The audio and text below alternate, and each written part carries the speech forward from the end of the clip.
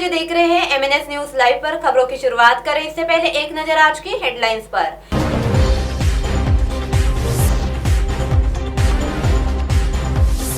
तेलंगाना और आंध्र के लिए शुरू हुई एसटी। अब जिले में 710 एक्टिव केस। अधिकारियों से संपत्ति का ले शपथ पत्र। आइए देखते हैं खबरें अब विस्तार से।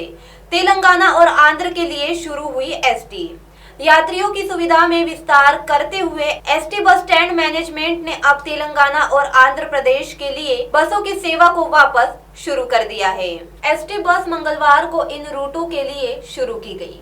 पहले दिन 3 बसें भेजी गई, जिनमें 2 सुबह और 1 बस शाम को गई। एसटी बस स्टैंड से इंटरस्टेट बसों की सेवा में छत्तीसगढ़ के बाद तेलंगाना और आंध्र प्रदेश भी शामिल हो गया।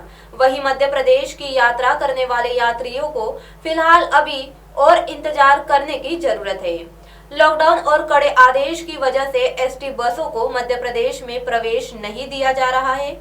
परिवहन विभाग द्वारा लगातार मध्य प्रदेश परिवहन विभाग से संपर्क कर मध्य प्रदेश के लिए बसों को भेजने की बात की जा रही है।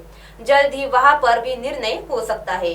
तो वहीं दूसरी ओर अब जिले में 710 एक्टिव केस। कोरोना संक्रमण भले ही कम हुआ है, लेकिन पूरी तरह खत्म नहीं हुआ है। यही वजह है कि सावधानी और सतर्कता बेहद जरूरी है। अब जिले में 710 एक्टिव मरीज रह गए हैं। इनमें सिटी के 647 और ग्रामीण के 63 मरीजों का समावेश है।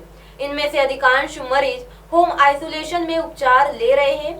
इस बीच 24 घंटे के भीतर 2 मरीजों की मौत हो गई। दोनों मरीज सिटी के ही हैं। इसके साथ ही अब तक कुल मरने वालों का आंकड़ा 9021 तक पहुंच गया है। बुधवार को 30 नए लोगों में संक्रमण की पुष्टि हुई। अब तक कुल 4,76,824 लोग पॉजिटिव हो चुके हैं।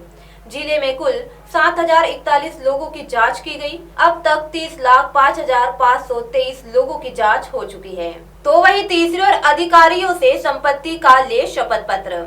कोरोना महामारी की दूसरी लहर कमजोर पड़ने के बाद अनलॉक के आदेशों में कई तरह की छूट तो दी गई है, लेकिन सभा और बैठक लेवल ऑनलाइन पद्धति से करने की पाबंदियां जारी रखी। निर्देशों का पालन कर मंगलवार को ऑनलाइन सभा ली गई।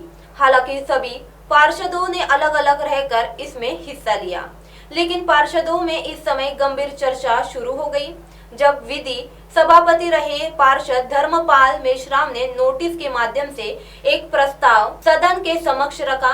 चर्चा के दौरान उन्होंने कहा कि पार्षदों और अन्य सदनों के जनप्रतिनिधियों को चुनाव के पूर्व उनके खिलाफ दर्ज आपराधिक मामलों और संपत्ति को लेकर शपथ पत्र देना होता है। इसी तर्ज पर महानगर पालिका अधिकारियों और कर्मचारियों के खिलाफ दर्ज मामलों और परिवार सहित उनके संपत्ति के विवरण पर शपथ पत्र मांगा जाना चाहिए। गंभीर चर्चा के बाद महापौर दयाशंकर तिवारी ने नियमों के अनुसार आयुक्त को निर्णय लेने के निर्देश दिए। अब आप हमारे चैनल को ऐप पर भी देख सकते हैं। प्ले स्टोर में जाकर MNS हिंदी लिखिए और ऐप डाउनलोड करें। साथ ही साथ आप हमारे फेसबुक पेज को भी लाइक कर सकते हैं और उन पर भी खबरें देख सकते हैं। लिंक ट्विटर, हाइक, इंस्टाग्राम पर भी आप हमारी खबरें देख सकते हैं। आप हमारे चैनल को यूट्यूब पर भी देख सकते हैं और इसे यूट्यूब पर सब्सक्राइब करना ना भूले। अब फिलहाल वक्त आ चला है एक ब्रेक का। ब्रेक से लौटने के बाद देखते हैं देश और दुनिया की तमाम कुछ खास खबर। धन्यवाद।